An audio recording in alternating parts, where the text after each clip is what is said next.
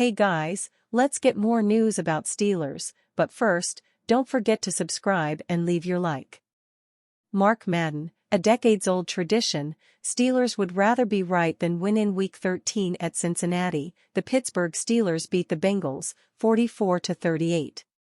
Quarterback Russell Wilson scored 6 more points than Joe Burrow. Wilson threw for 105 more yards than Burrow.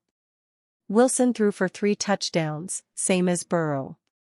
That's rarefied air, a callback to Wilson's glory days with Seattle. Wilson outdueled one of football's truly elite quarterbacks. Wilson achieved such success by calling audibles and making route adjustments at the line of scrimmage. Offensive coordinator Arthur Smith apparently didn't like that.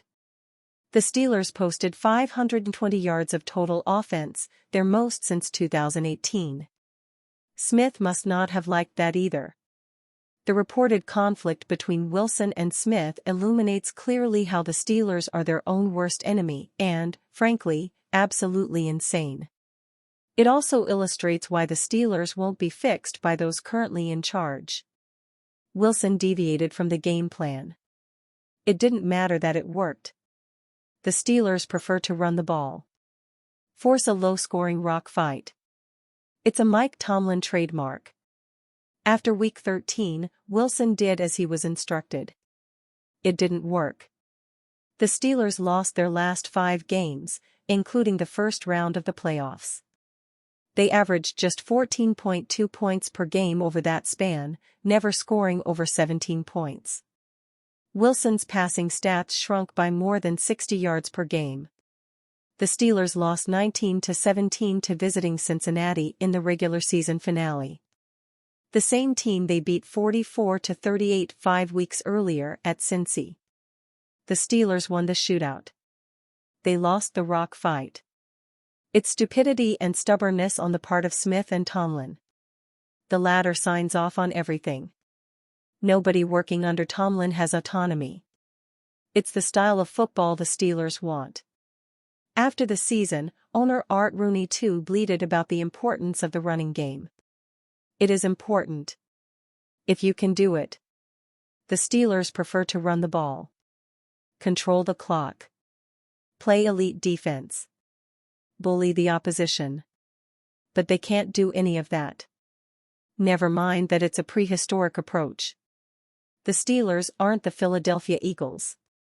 The Steelers aren't the exception to the NFL's rule. Wilson provided a better way, if just for 1 week. But the Steelers went right back to what they can't do and kept not doing it. The Steelers would rather be right than win. It's a decades-old tradition. No worries. The same obstinate nitwits who so cluelessly dug the hole and keep pushing the Steelers deeper in it will doubtless formulate how to climb out of it. We've got to trust the Steelers' way, whatever that is, or used to be. The Steelers are a no-hope excrement show. The alleged conflict between Wilson and Smith, and how it was resolved, is what's wrong with the Steelers in a nutshell. Preference over what works. Ego over what makes sense. Look at Wilson's career. Look at Smith's. Look at the result the Steelers got at Cincinnati. How could Tomlin not trust Wilson? But he didn't. Former All-Pro WR urged George Pickens to fix maturity issues that I don't like during his time with the Pittsburgh Steelers. Wide receiver George Pickens has remained a controversial player. From controversial comments in the media to reportedly showing up late for the Chiefs game, Pickens' future in Pittsburgh has been questioned as he enters a contract year. However, former All-Pro wide receiver Chad Johnson has tried to reach out as a mentor to Pickens. Over the season, he urged Pickens to change his ways. Now, after the season's end, Johnson says he has met with Pickens, and all of the maturity issues will not happen anymore. That I don't like, Johnson said. And we done talked. We had that conversation. I guarantee you won't have any more problems out of him. Mike Tomlin, you gonna see this. Rooney's, you're gonna see this. I guarantee you won't have any more problems with him. Pickens, who has become embroiled in some early offseason trade rumors amid maturity issues, could be up for a contract extension this offseason. Team president Art Rooney too looks forward to the future with Pickens and the Steelers. "I think the wide receiver room is an area we've got to look at improving. And, look, George is a very talented player who has room to grow. And we'd like to see him grow, and, hopefully he realizes the potential that he has. But there's definitely room for growth there," Rooney said. Pickens' talent is immense, and the Steelers still lack any answers at the wide receiver besides him. So, they either have to move him if they do not want to pay him, or pay him this offseason as he heads into the last year of his contract. Pickens was inconsistent at times and dealt with issues on the field. He has been embroiled in controversy over the entire season. Even Steelers head coach Mike Tomlin acknowledged that Pickens needed to grow up, but the Steelers remain in a tough spot with Pickens as the only wide receiver of note on the roster. "Would love to team up with Coach Mike Tomlin." QB Jameis Winston interested in signing with Steelers quarterback Jameis Winston's next stop might be a short trip from Cleveland. A pending free agent and one of the top 5 options on the market, Winston is open to joining the Pittsburgh Steelers for the next chapter of his career. Joining Pardon My Take Wednesday, Winston was warm to the idea of playing for Mike Tomlin. "I don't know what my Browns fans would say about me, about Pittsburgh," Winston told the show. "It'd be challenging, but it really doesn't matter.